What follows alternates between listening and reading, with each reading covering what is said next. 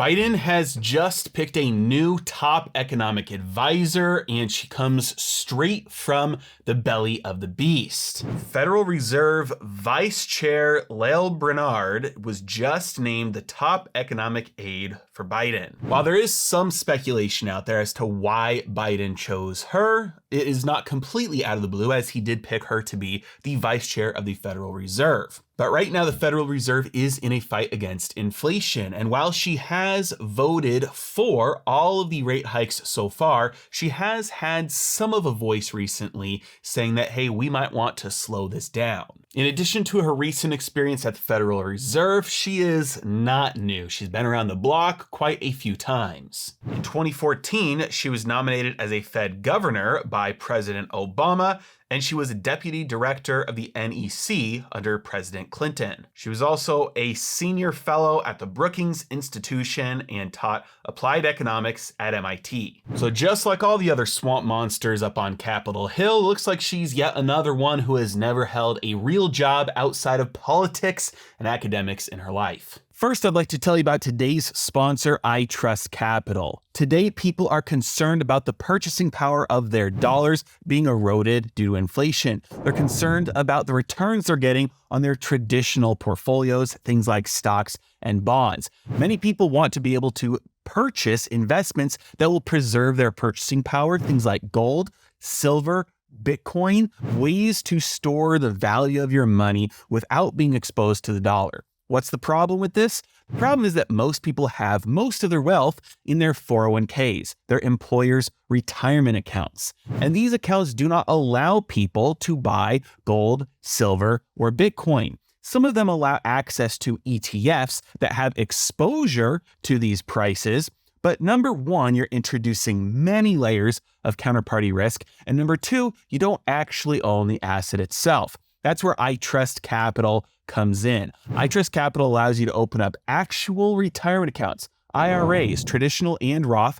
You can even roll over funds from a previous employer's retirement account to fund this. You can buy gold, you can buy silver, you can buy Bitcoin and even other cryptocurrencies with I Trust Capital. And if you sign up with my link in the description below, you'll get $100 worth of Bitcoin as a sign-up bonus for opening the account. There are two potential reasons why Biden chose her. Number one, I'll give you the official story, and number two, I'll tell you my opinion. The official story is that they need somebody with her brain power and her popularity to help communicate economic strength, because the Biden administration is saying, hey, we're becoming more and more unpopular. Meanwhile, the economic numbers are actually great. President Biden said that she is a trusted veteran across our economic institutions, and she understands how the economy affects everyday people. Right, because somebody who has never been an everyday person understands perfectly the situation of the everyday person. The White House is trying to tackle what officials view a frustrating disconnect between strong economic data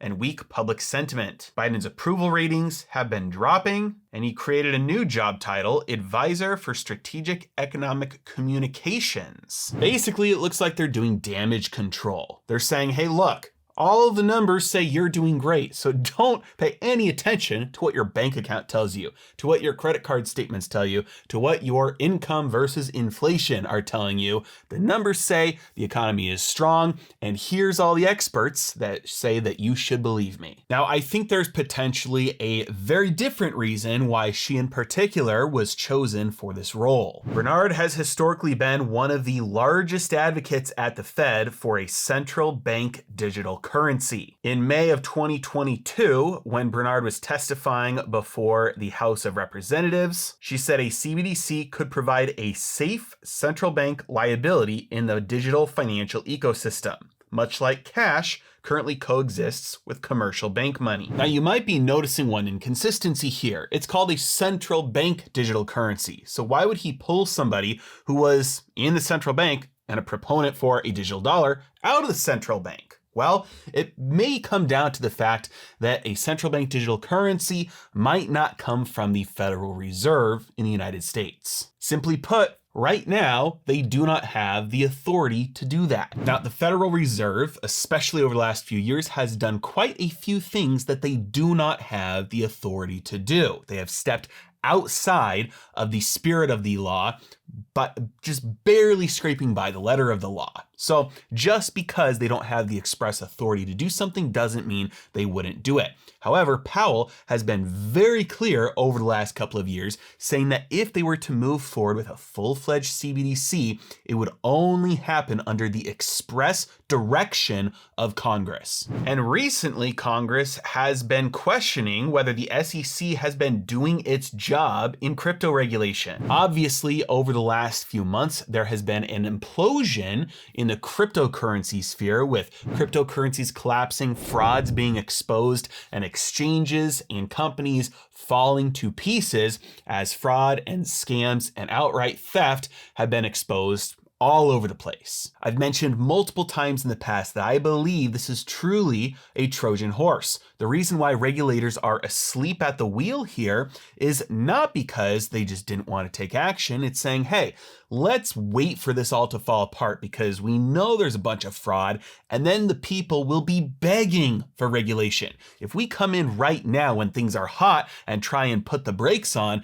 most people will want to reject it. So let's wait until everybody loses their shirts, and then people will beg us to take away their freedom. And Brainard's reasoning for introducing a CBDC back up that theory. She's saying recent volatility has exposed serious vulnerabilities in the crypto financial system. She sees urgent need for a regulatory framework for digital assets, spearheaded by a US government CBDC. Now, you know that I am adamantly opposed to all things digital money, programmable money controlled by a central entity, specifically one with a monopoly on violence like a government. Because if you can control the money, you can control the flow of resources. You can cause or stop any transactions from taking place. So let's say, for instance, you want to buy gold. You will not be able to if the government just decides no more buying gold, because the only place you can buy gold from is a gold dealer. And a gold dealer can't have a business license if they don't use the government's form of money. And so